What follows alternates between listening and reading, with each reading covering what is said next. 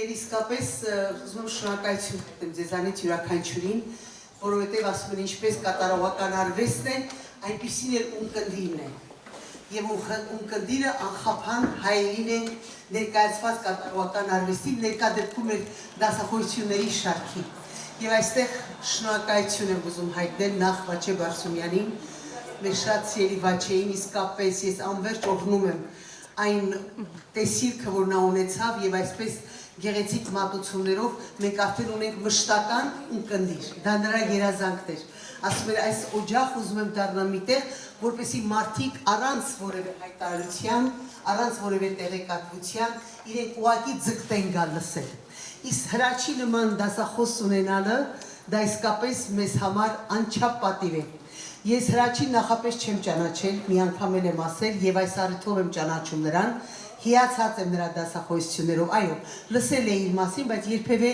առիթը չէի ունեցել լսելու նրա հետաքրական դասախոսությունների մասին։ Արդեն իր ընտրած մասնագիտությունը այնքան յուրատեսակ է եւ յուրահատուկ մասնագիտություն է, որ պետք է շատ սեր նվիրում ունենաս, որպեսզի կարողանաս քո մշակույթը ներկայացնել, քո կրթօջախը, քո ինքնությունը, քո արմատները, քո ակունքները։ Մի խոսքով նա ամեն օր առնչվում է ինքը իր հետ։ Դուք պատկերացնում եք իր համեստ, ազնիվ տիպար կնոջ հետ, նրանք ամեն օր այդ գորգագործության մեջ են։ Եվ անվերջ առնչվում են, երանի քեզ, շատ սիրելի պարոն Հրաչ, որ դուք նման գեղեցիկ մասնագիտություն եք ընտրել եւ մենք հնարավորություն ունենք ձեր գիտելիքներից ինչ-որ բաներ քաղելու։ Այդքանն եմ ուզում ասել, շնորհակալություն ձեզ սիրելի ունկնդիրներ, մեկ անգամ եւս հետարքի դասախոսություն է սպասվում այսօր շատ ավելի եւ ես այլևս վերջում վեմ չեմ կարող բարձրանալ, միան ուզում եմ ձեզ տեղեկացնել, որ հաջորդ սրահում ձեզ գեղեցիկ հյուրասիրություն է սպասվում։ Կրկին շնորհակալություն Վաչեին։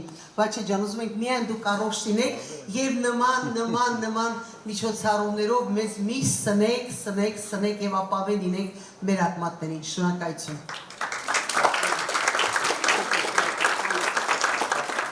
I would like to mention that this is our third lecture of the 6-lecture series.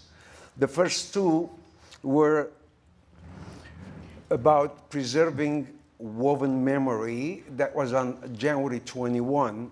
We talked about the Armenian embroideries, various techniques, various regions, and there was a display of beautiful from 18th to early 20th century embroidery samples. Some of them are exquisite. We have a publication. Baron Hratch Kozibeyokian was generous enough to publish the book, and it was available for audience. It was actually a book catalog. We still have on the table. Those of you who didn't get the book, please help yourself. The second lecture was about the embroidery traditions, how it started, what was the tradition. We talked about the dowry pieces. We talked about different embroideries from different regions. So tonight, we will step further back in time. We're going to be talking about a different textile, that's carpets, piled carpets and flat woven carpets. Its origin and evolution in Armenian rug weaving traditions. Whoever was here last time when Dr. Georg Nazarian was giving a lecture. By the way, Dr. Nazarian is a historian, and every fourth week of the month,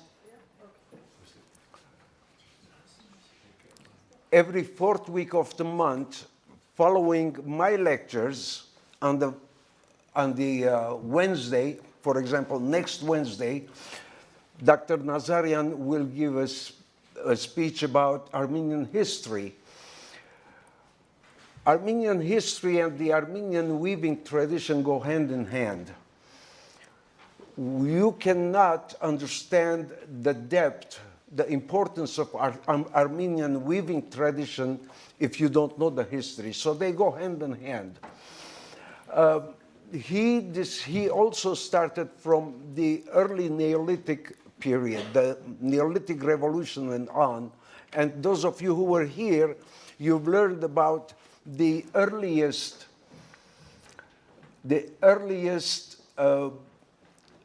civilization that became a settlement. In other words, when we came, our ancestors, I should say, came out of the caves and they first domesticated the animals, and also they became agrarian. That was the Neolithic Revolution. So the first animal that was domesticated was the lamb, the sheep, and the goat, the Armenian hoi.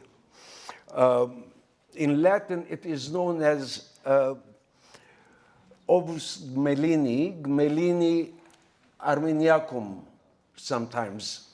Armenia some time ago did a stamp of the Gmelini, Ovis Gmelini, and this is the extinct Armenian lamb. Some people, they confuse it with the Caucasian bozua, but it's not. It's completely different. The Armenian sheep has its horns going more horizontal. The Caucasian one goes all the way to the back, so it's completely different. So from sheep and the culture where it started, that's where everything spread from the Armenian Highlands. So from agriculture to the earliest woven object. Agriculture provided the wheat and other fiber materials. Fiber preparation, spinning the thread, and from there became the basketry, and sheep domestication also provided the wool. Now, in our previous presentation, we talked about the findings from the Areni cave.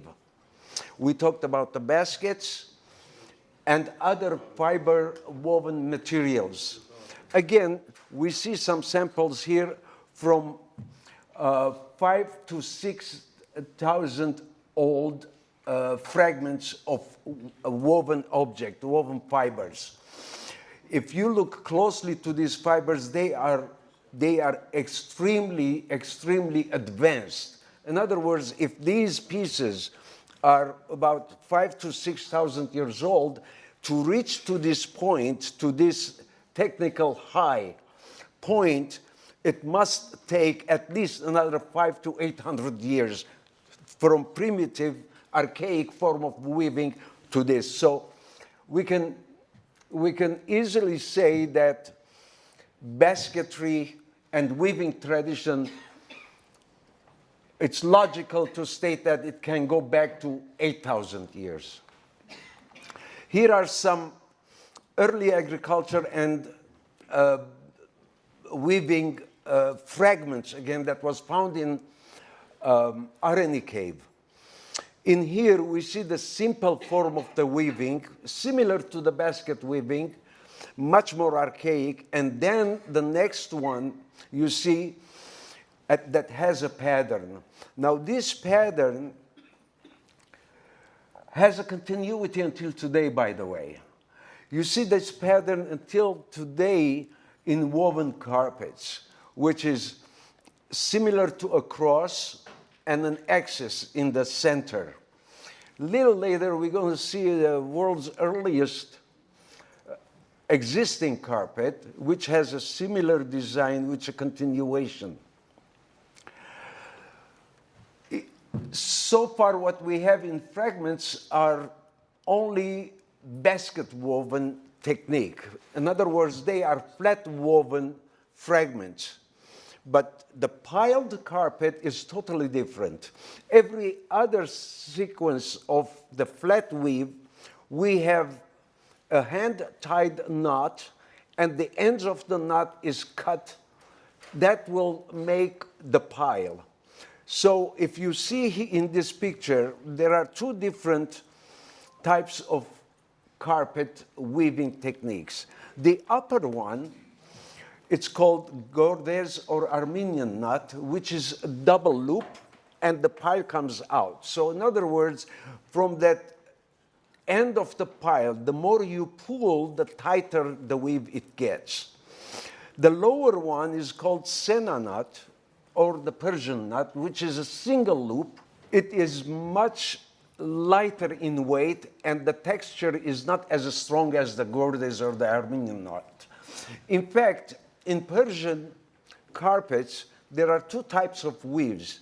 Armenians who migrated in early 17th century, I believe it was 1614, when Shah Abbas took all those artisans to Iran, they also were involved in carpet weaving tradition. And until today, you might see two different Persian carpets, the same design, the same color, the same size, the same knot quantity, but one being a Persian knot, the other one is the Armenian knot. It makes a big difference in price. And even Persians call it Armani baft, which means Armenian work. That's why it's more expensive. So that's the two different main techniques. The upper one is the Armenian knot. The lower one is the Persian knot. The two, it's the same thing. This one is open to the right, the other one is open to the left. But the Armenian knot is always open towards down. In other words, the weaving starts down here and goes upward. This one has a single weft, like a single thread going basket weave. The other one has two wefts. Most of Armenian rugs have anywhere from 2 to 5 or 6 wefts. The weft is the string that goes between the rows of the pile. The warps are the ones that go vertical. In other words, after my presentation, when you come, you may touch the rug, and if you feel there is a direction of the pile that's going down, that means weaving starts from the bottom and goes up. That's how these rugs were woven. They start from the lower part, and they go one row at a time all the way up. Now, there are many different names for carpets, but the earliest the etymology of the carpet in Armenia for the word carpet is believed to be Gurga. Gurga has its root in Hittite language. So we adopted the Gurga, which became Gorg. That's the earliest one, and according to several linguists, that's what they assume. The second word is Arganeli, which is the classic Armenian. Arganeli is mentioned in 5th century by a historian Khorenatsi, when he talks about King Arshak in captivity. We'll get there. So Arganeli is in classic Armenian.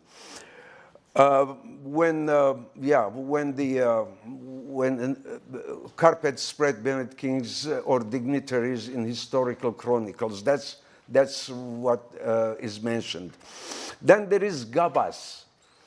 Gabas is also in classic Armenian, and Persians, for some reason, Persian Armenians, they don't use the term weaving. The Arab Madahayaren, Western Armenians, we say we are weaving carpet, gorkenk hustum. The Persian Armenians say gorkenk gabum. We're tying knots, we're tying carpet. Then there is the garbed, which is the flat weave, or gilims. it's a historical term, regional historical term, which is associated with the flat woven carpets. And then there's the cork. The cork was mentioned in modern Armenian for carpet in Kaptavank inscription. In Kaptavank inscription between 1242 to 1243, there is an inscription there. That's where it was mentioned for the first time, the term gorg. From Gurga or from Arganeli to Gorg. Now come on the left side, we have the fragment from the Areni cave, which is flat woven with color and pattern. This is about 55,000 years old. Next to it, 5,500 years old. Thank you. Next to it is world's oldest existing, almost complete carpet called the Bazrik. The Bazrik carpet was discovered in 1947 in Altai Mountains in a village called Bazrik, hence the name derived from that place. It was miraculously saved in a tomb because there was an opening and the water got inside the tomb. The entire carpet was frozen in a block of ice for thousands of years. And that corner that's missing, that part was left out. So anything was left out was just simply deteriorated. In the corner detail, you see the eight-winged star, we call it. I call it the eight-winged star.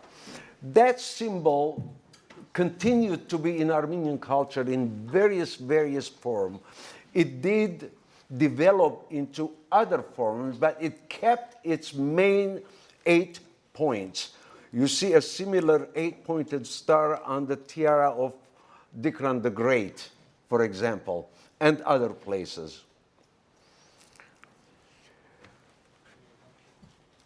The technical question is, there was a debate for many years about the origin of the Bazrik rug.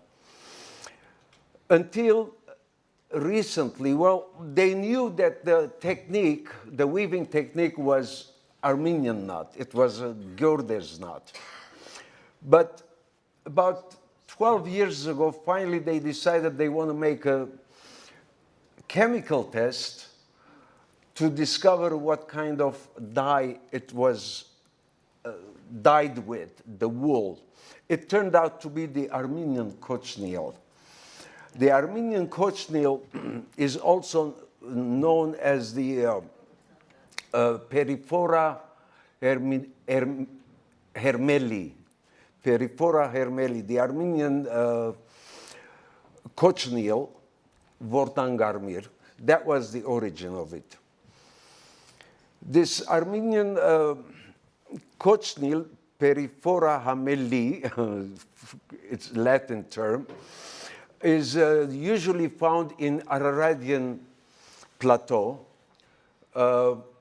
Most of the concentrated place right now is Ardashat region. At one time, beginning of the last century, it started getting extinct, but for the last 20 years, it's been revived, and the area that are most concentrated is secured right now. In fact, our former vice president, Mr. Levon Derbedrosian, whose cousin Garbis Bagdasaryan is here, he made an effort to purchase a big property, big land from that region to secure it so the Vortangarmir or the Armenian Koshnil can revive again. It is successful. In fact, there is, not in the market, but certain places they are started doing experiments and so forth. The Vortangarmir or the Armenian Koshnil dye was not used only for dyeing yarn. It was used for many other purposes. For example, the medieval Armenian illuminated manuscripts were used ink from the Armenian Koshnil. Not only the red, mind you, although they had many different colors depending what kind of acid you mix with, and that determines the tone of the color. In the ancient times, women used it as a makeup also for their lips, for their faces. There are also some elixirs were made. Supposedly it keeps you young. So that's the Vortangarmir. The Vortangarmir, the dye is only made by the female. The male is lazy, doesn't do anything.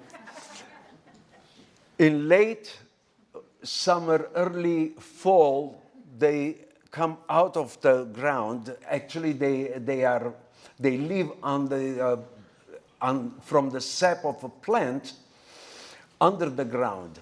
So they come out of the ground to mate, and then their life cycle is done. So the male is very, very small, about the size of a mosquito. In this picture, you see the mating in copula. You see in the back, the black, tiny, winged one is the male, and the female is the purple one. Is she pregnant already? I guess. So, Crimson of Kings and Saints. You see, in manuscripts, most of the manuscripts, the color remained for hundreds years. They still remain the same color. It's like they were made yesterday.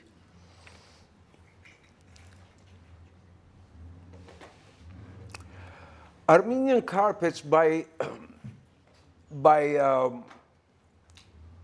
medieval times were already known as luxury textiles.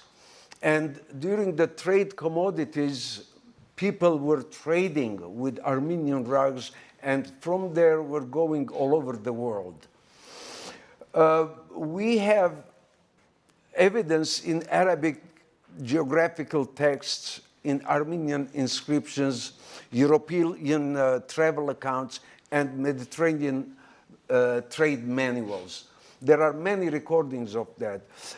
Namely, specifically in 16th to 18th century, the 17th century, Armenian merchants who traveled all over Europe, from East to Europe, and even from Istanbul, they were only allowed to bring, during certain period of time, only Armenians were allowed to import goods to Europe.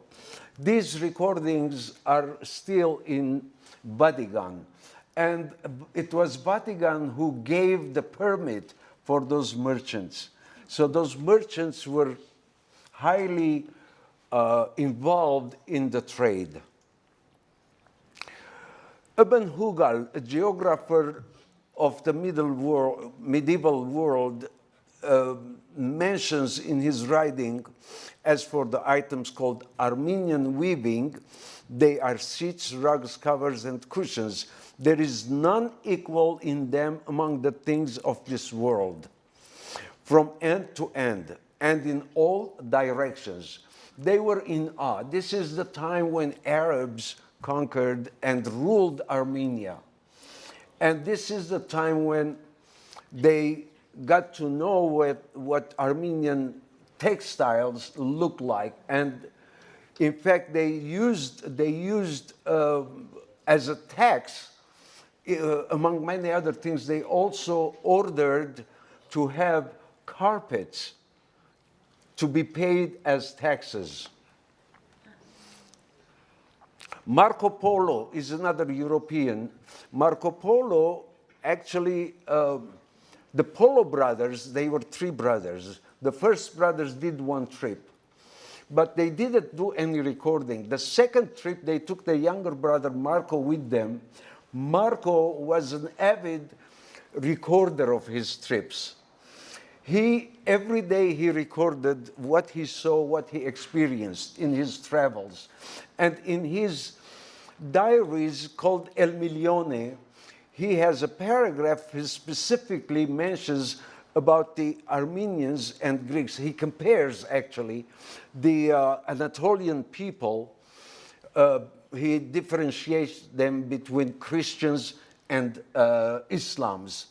But when he talks about the Armenians, he says, Armenians and Greeks who live intermingled among the Turkomans with the choicest and most beautiful carpets in the world. He goes on, also talks about textiles and the colors and so forth. And what you see in this page is from a copy from his diary, El Milione, and that paragraph, the black and white paragraph, is actually a copy of his handwriting.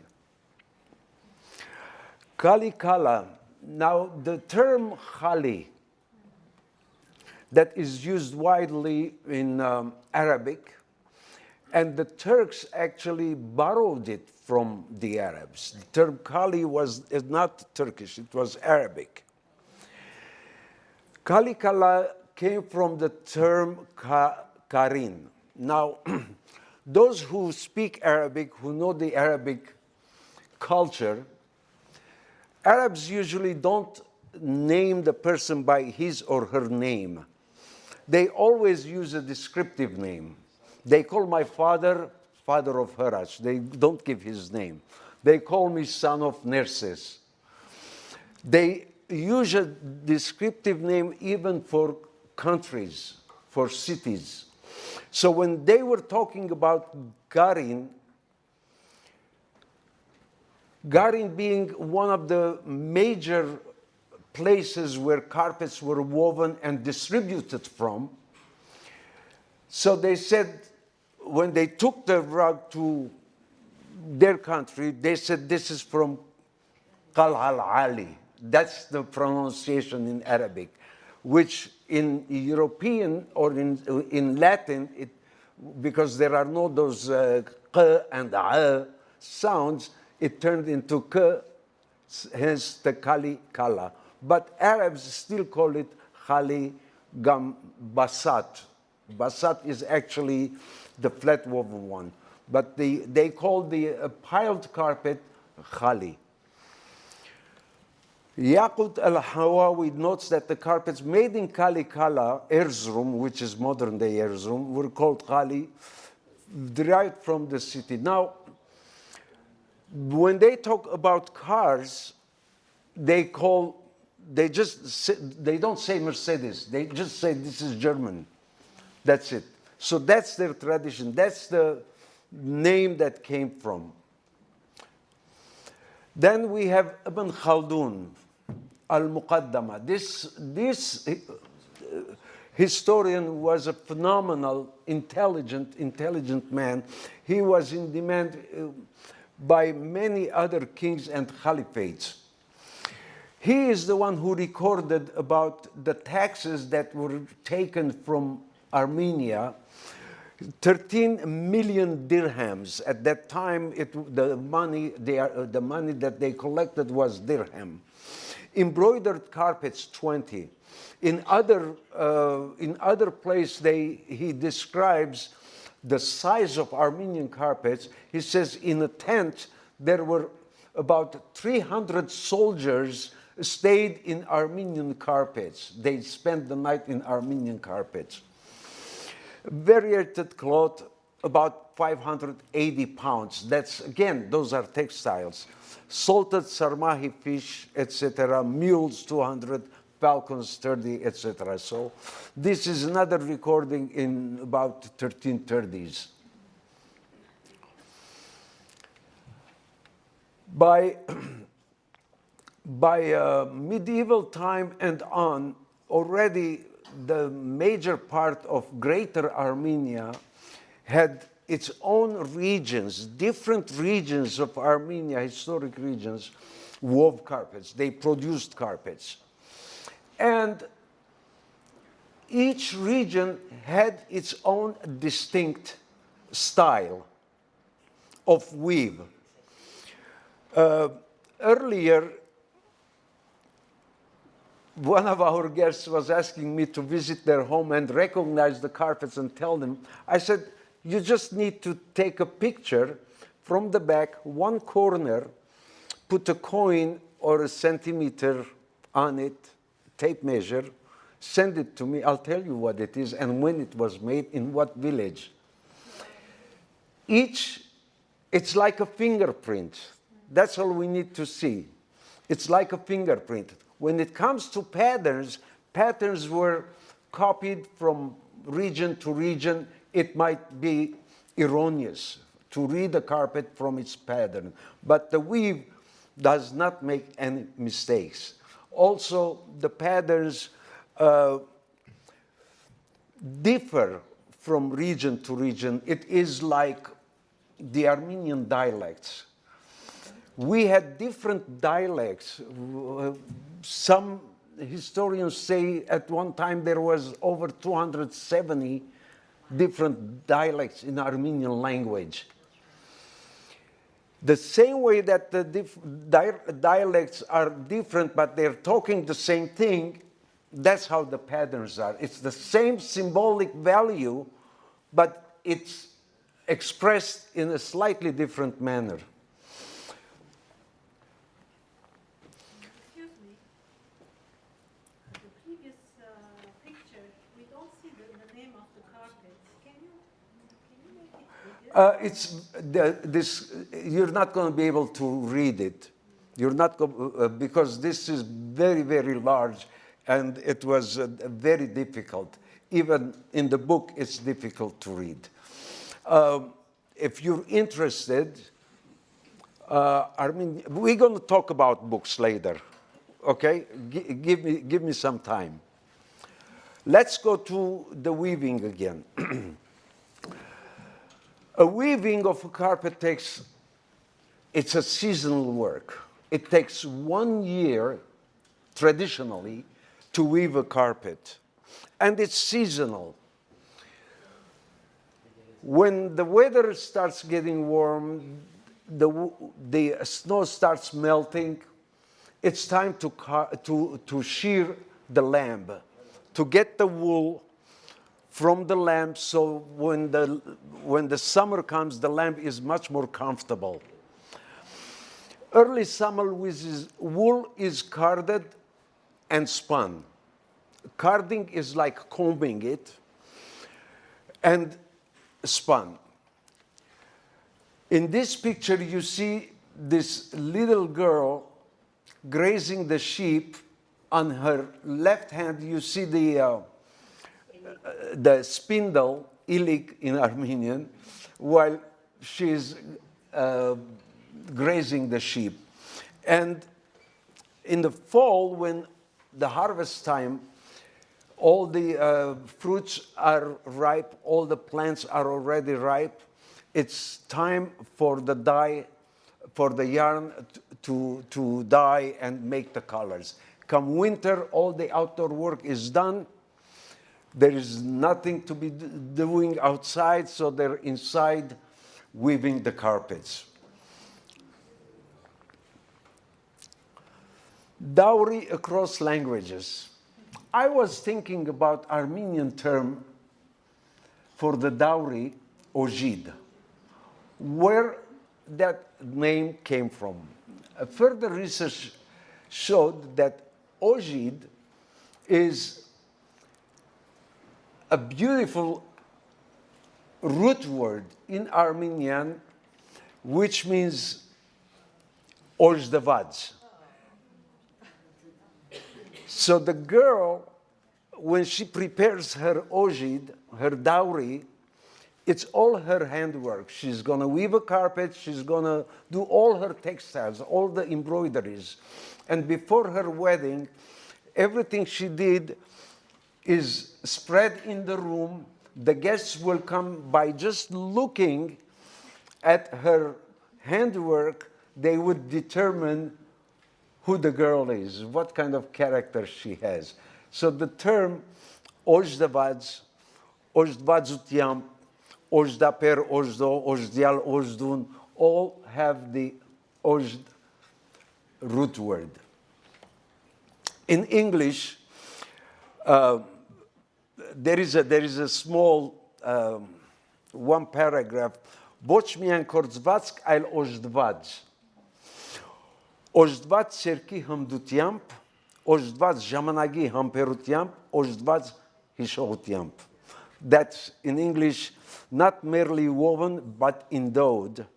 Endowed with the skill of hands, endowed with the patience of time, endowed with the memory. Now you know what ojid is. Now, dowry in many different languages, I did the research, it actually means nothing. It's just the name. Only in Armenian it made a sense and it has a description. And it says something. That's how rich Armenian language is.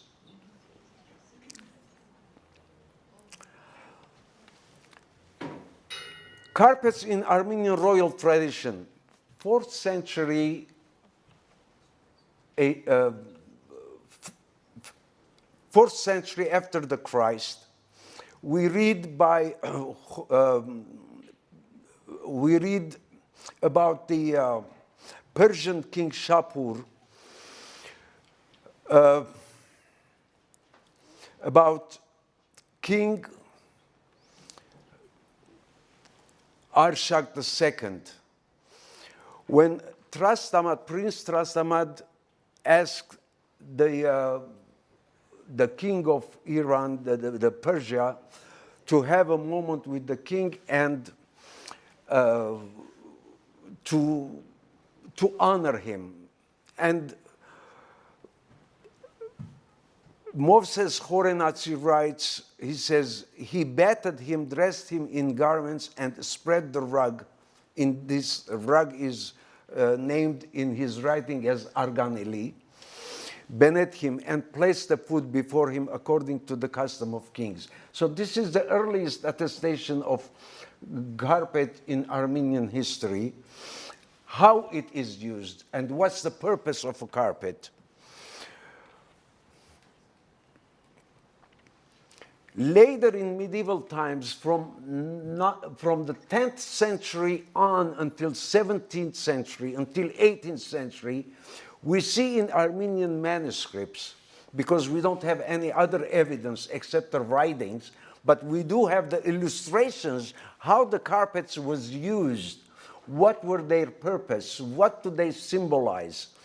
In many of those manuscripts, you see the carpet under the feet of the saints. In here, for example, under the royal tradition, this is King Bakraduni with Queen Gorontucht. 11th century illuminated manuscript. This one is amazing piece. Carpet as a throne in here. We see Madonna and Child.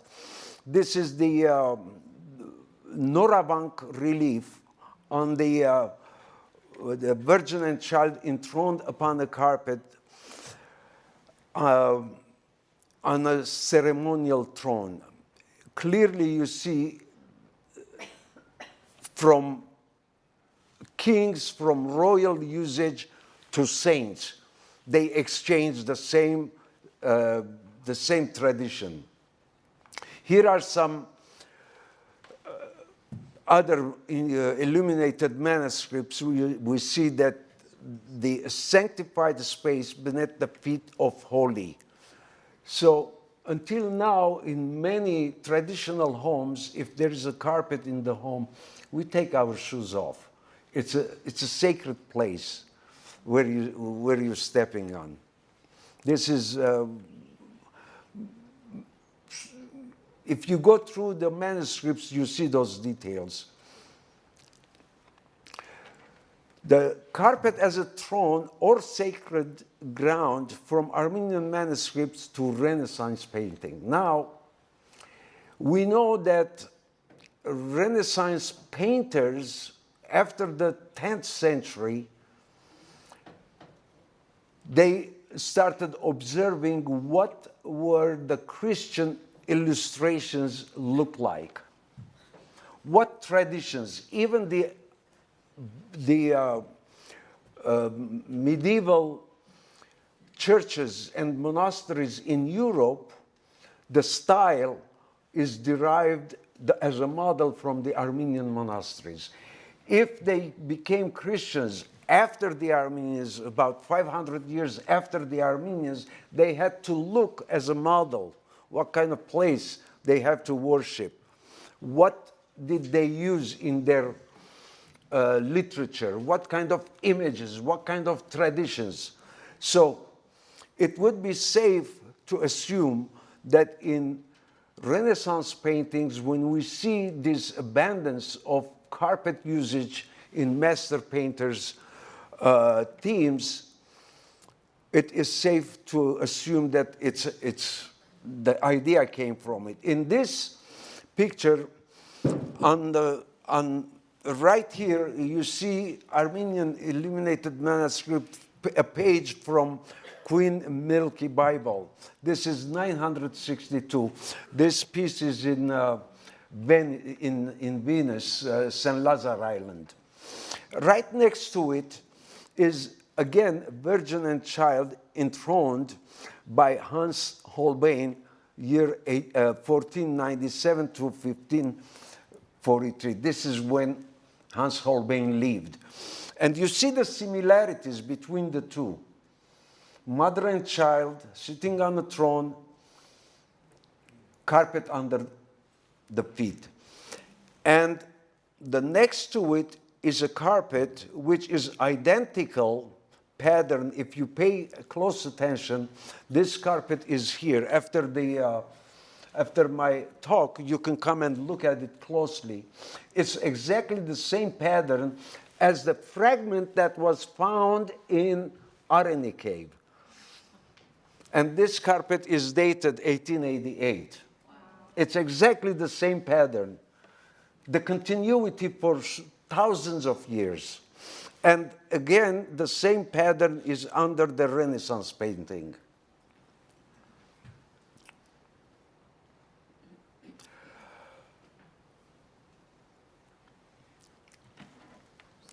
Around Renaissance time, Armenian carpets took a flight. Actually, they came to their peak in design, in taste, in sizes, in quality, and all over Europe. The Armenian carpets were really, really famous, especially the so-called dragon carpets. Dragon carpets eventually evolved. These are some samples of dragon rugs. These two are currently in London, Victoria and Albert Museum. The further one on your right is in New York Metropolitan Museum. Back in 2014, I was approached by Smithsonian. They were planning a festival dedicated to the Armenian culture. And they said, if I know somebody who is still weaving, who would come to Washington for the festival, they would love to have someone to sit down and weave carpets. For that reason, I, inspired from the classic dragon rugs, I designed a newer version of the classic dragon rug, but this time we made it with silk, very small. Again, we commissioned Mr. Levon Bedrosian, who has a hub, a cultural hub in Armenia. We teach weaving, and they started weaving that piece there. Eventually, it ended up in Washington, D.C., and it's recorded in the Smithsonian Institute. This is the piece. This is a newer version of the 17th century dragon rug, made with silk. And the cutting ceremony, the size is 3 feet by 5 feet. I think you were there, Hovsep. You saw the piece. You were there.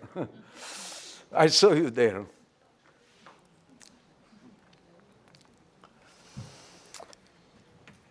Earliest existing inscribed Armenian carpet. The inscription is in Armenian, and it's classic Armenian. It says, Yes, Koharas, Megok Zihokvov Dagar, Yes, Norahas Tserovas, Korzetsi Aiskorka, she means, Oborgarta Mekperan Bogormi, the date. In other words, the transcription, it transcribes as I, Gohar, full of sin and weak of soul, with my newly learned hands wove this rug. Whosoever reads this, say a word of mercy for me. In the year of 1149, which coincides to 1700. In our last presentation, we did explain the difference of Armenian rugs, Armenian dates. So from commemoration to prestige, then we see the royalties of Europe using, again, the same style as Armenians. We see here the Armenian carpets paintings as a symbol of status and refinement. Again, master painters, Hans Holbein has two pieces. Almost in every piece that Holbein has wove, he has a carpet somewhere in his paintings.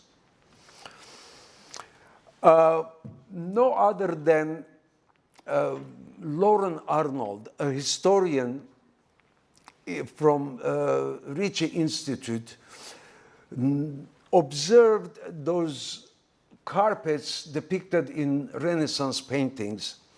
So she gave a lecture, I think it was 2014, right here in Lark, in other room.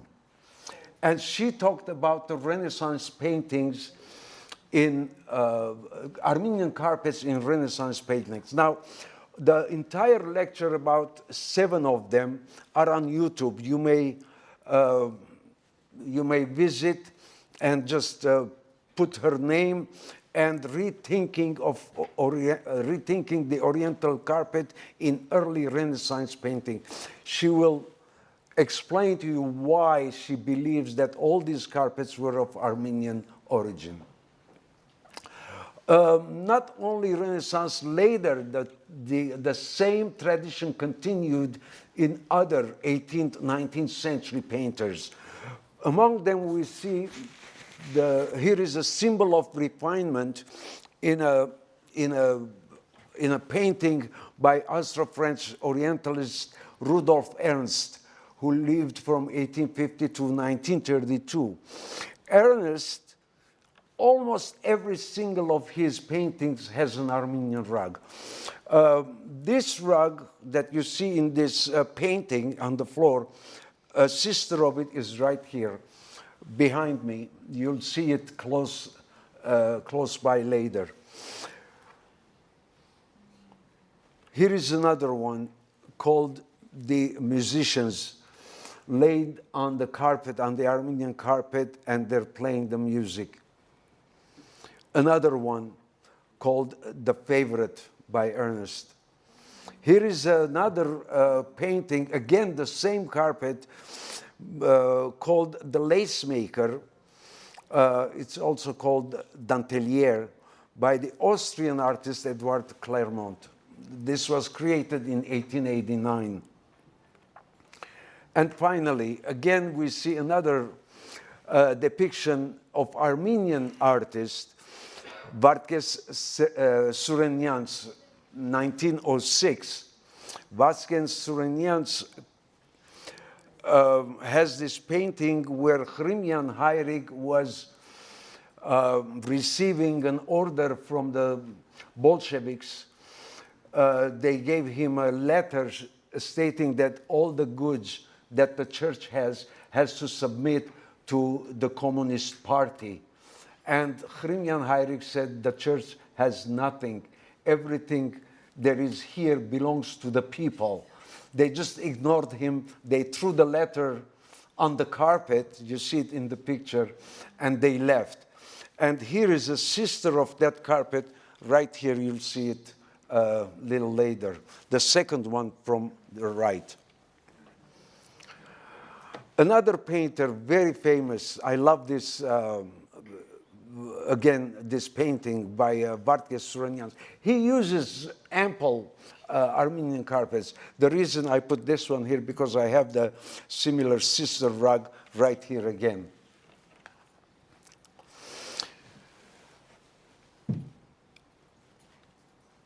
From canvas to Western interior, by 19th to 20th century, the Armenian carpets and in general Oriental carpets were already well known to the Western world.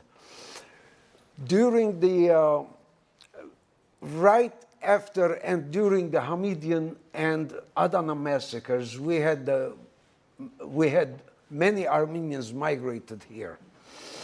One of my clients, being a fourth generation Armenian, his great-grandfather migrated here.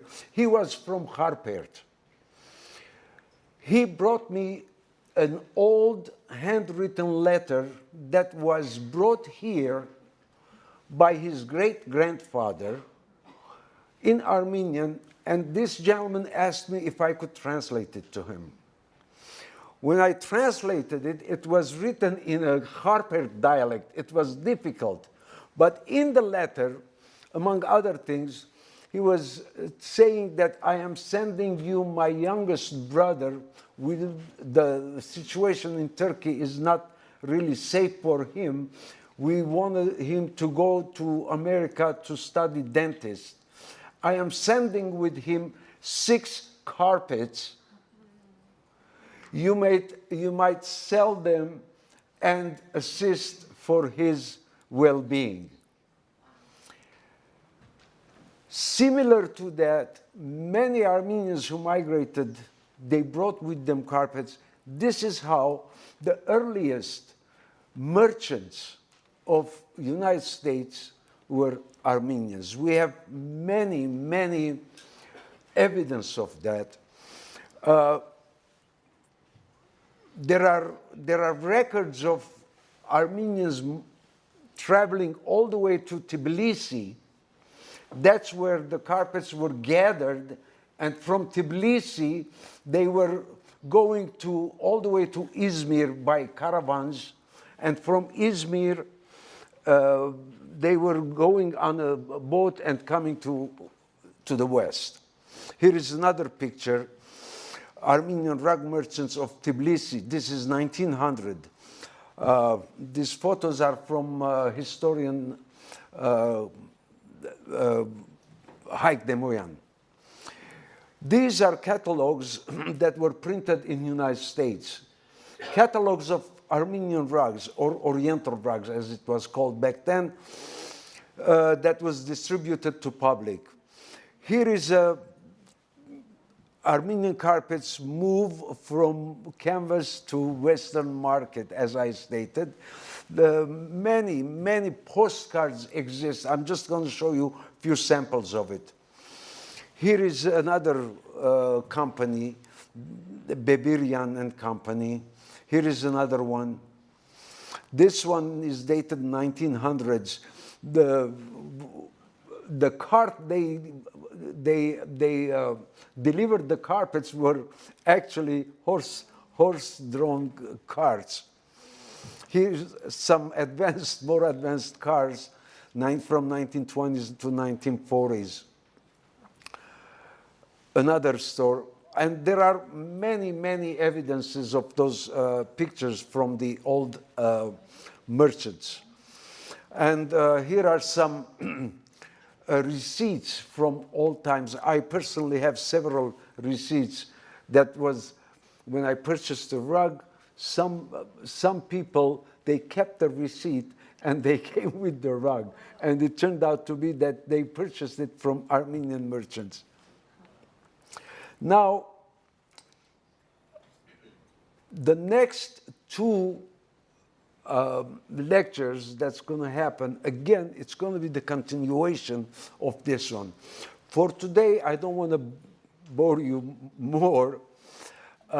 If you want to know a little more about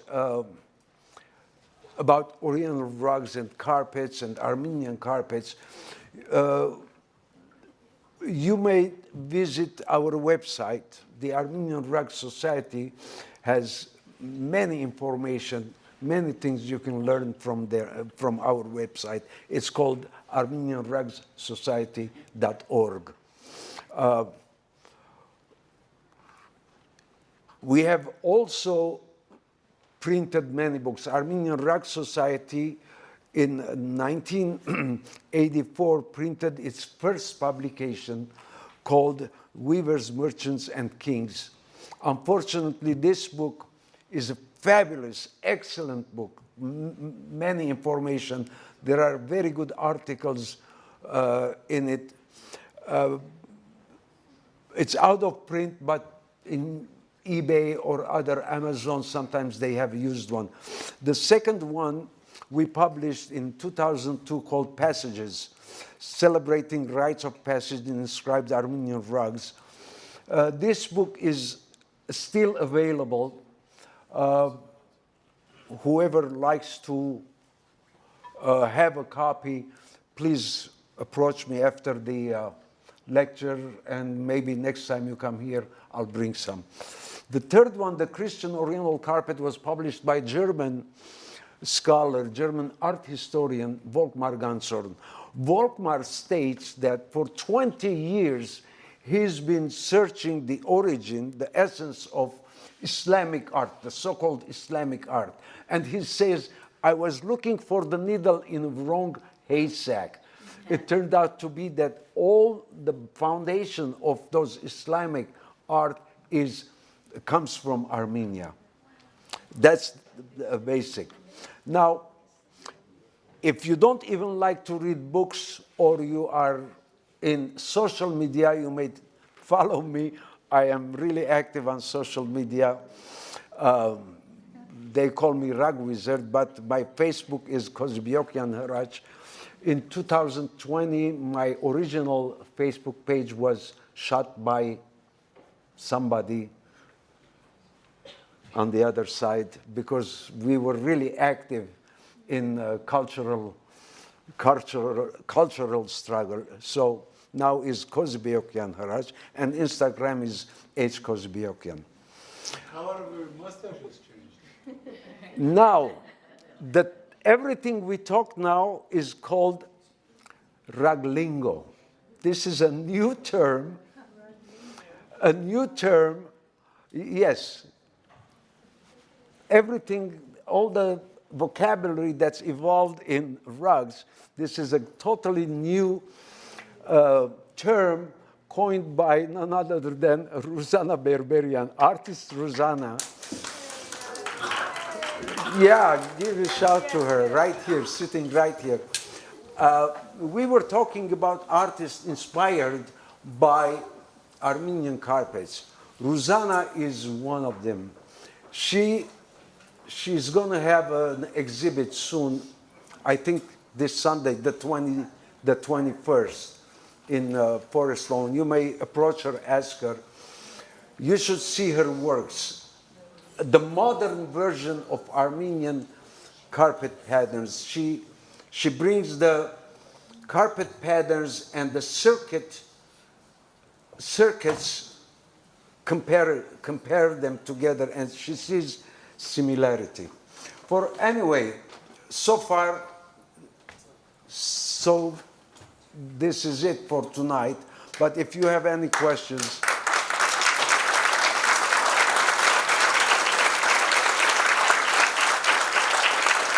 thank you.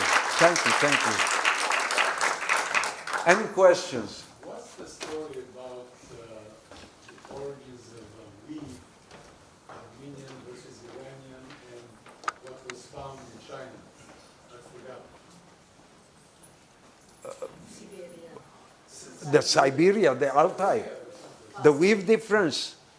No, basically, who came up with the weave first, the quality of the weave, the Persian Armenian? Oh, okay. The first art historian that stated that the Pazrik rug is late Urartian and or early Armenian was Ulrich Scherman, another German art historian. Ulrich Scherman in 1984, we invited him, Armenian Rug Society, on a conference. In that conference, he stated that according to his opinion, the Pazrik rug is either late Urartian or early Armenian. Later, he published a small booklet stating the facts and explaining why he thinks so. Ulrich Scherman. He passed away about 25 years ago. He passed away. But after his passing, later examinations attested what he was saying. In other words, it was determined, but yes, it is. I mean, every evidence shows that it is Armenian. Yes? Just an observation. So what I gathered from your lecture today is that the Armenian rugs gave way to the carpet weaving. We are the first ones who introduced to the world. However, unfortunately, 99% of the current market, whenever you go buy a carpet, it says made in Turkey. I have been trying to purchase a rug for the past, maybe 10 years.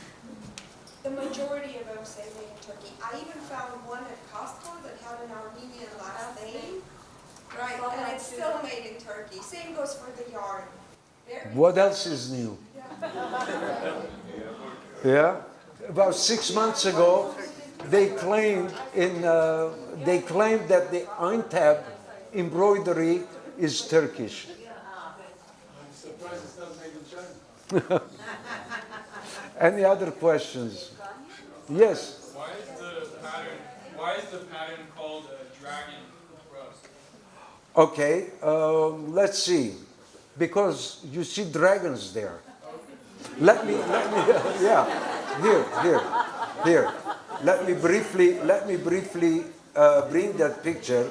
I'll point it out to you, and I'll explain you the iconography of it here.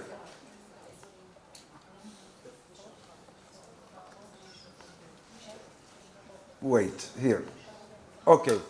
Do you see the dragons? You don't see dragons. Okay, let me point it out to you. You see a dragon here, standing in S shape, dragon facing outwards. You see that? Okay, here is another one facing outward. They are married each other. No. In the middle is the tree of life, Genats Zar. two dragons guarding the tree of life, guarding the Genatszar. In fact, this iconography here, right here, Genatszar and two dragons evolved into Christian vocabulary. The Hratch are the same thing. The tree of life here became the cross. The two dragons became the doves, flanking the cross. Now you see it. In other carpets, there are some that are more vivid. That's why they were called dragons. When our next lecture, we're going to be talking about the symbology and the sacred geometry of Armenian rugs. By the way, that's what intrigued me to start studying the Armenian rugs. I was always wondering, among all those rugs, all those people surrounding Armenia, they weave rugs. All of them are flora and fauna, curvilinear patterns. And when you see, you know what it is. It's a tree, it's a flower, it's a bird, it's a deer. In Armenian rugs, you don't see that. It's so abstract. It did start as a diagram of something, but in time only, in evolution, it evolved into these abstract forms. We're going to be talking about that in the future. Any other questions? Yes, please. It may be a little personal, but I can guess the answer, but I would like to hear it from you. What inspired you to go this deep into researching these, the Armenian art, and how do you balance your national pride and your scientific objectivity? Difficult, very difficult. I'm a third generation weaver. My grandfather was a traveling weaver on Tepsi. He passed away when my father was only 9 years old and having two more younger brothers. You ask me the time, I'm telling you how the clock works. My grandmother wove carpets in Aleppo refugee camps, raising her 3 boys. So I inherited the trade, first of all. We start from there. I always wondered the same question, asked myself, why is it that the Armenian rugs differ so much from its neighboring cultural patterns? Why is it that Armenian carpets designs make you think, what is this? Abstract. I had to satisfy my curiosity. For over 45 years, I've been handling, studying, buying as much as I can, because photos don't do justice. You have to touch them, feel them, study the structure, study the colors, study the pattern, the proportions. There's so many things. And comparative analysis brought me into this knowledge. I'm still not touching tip of the iceberg. There's still, I hope I could pass it on. One lifetime is not enough, by the way, to study this art form. Not enough. We have to continue. We have to pass it on. And hence, this is what I'm doing now.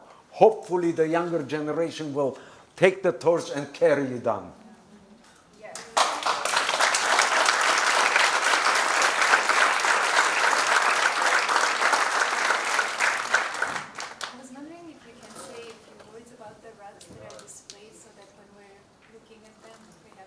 We did. You were late. Oh, I'm sorry. Never mind. But I'll tell you. I'll It's tell okay, you. No. it's okay. So these rugs were depicted in paintings, not exactly the same one, but sister of them, very similar ones, were depicted in carpets, in paintings, in classic paintings, in many famous paintings. Hence, I brought some samples. By the way, the middle one is called Hratch Kozibeyokian. That's only unique to Karvajar. The center is Hratch, and then the Koran is on the top. That rug is also a derivative from the dragon rugs. Next lecture, we're going to talk about that. Yes? Could you say a little bit about what the significance of dragon is in Armenian culture? Yes, I'll tell you. In Armenian culture, dragon, there's no such an animal, by the way. There's no dragon. What is a dragon? Let's describe it. Dragon is this zoomorphic figure that has the head of a lion, the wings of the eagle, the body of a serpent, the tail of a fish. So it's safe to assume that it's a combination of all the animal world and the most strongest ones. Hence, it represents the power of the animal world. Our ancestors, not only our people, they were nature worshippers. They did recognize and respect the power of animal world. So in their imagination, they created this single one animal that encompasses all the power of the animal world. Hence, the dragon. Could you say a few words about the Shirinian rugs? Not now. We're going to be talking about the fifth one. We cannot cover all that in one. Yes. Design, as far as I'm concerned, I checked. It was a secret to become the designer of a rug, the one who decides the colors, who decides it, and the workers. Apparently, the designer, he used to dictate, you do this, that design, etc. So there are so many types about the designing secrets and the transmission of it. Are you traveling back to Canada next week?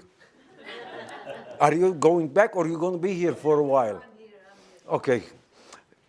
Again, sacred geometry, the subject of our next lecture, is specifically those issues.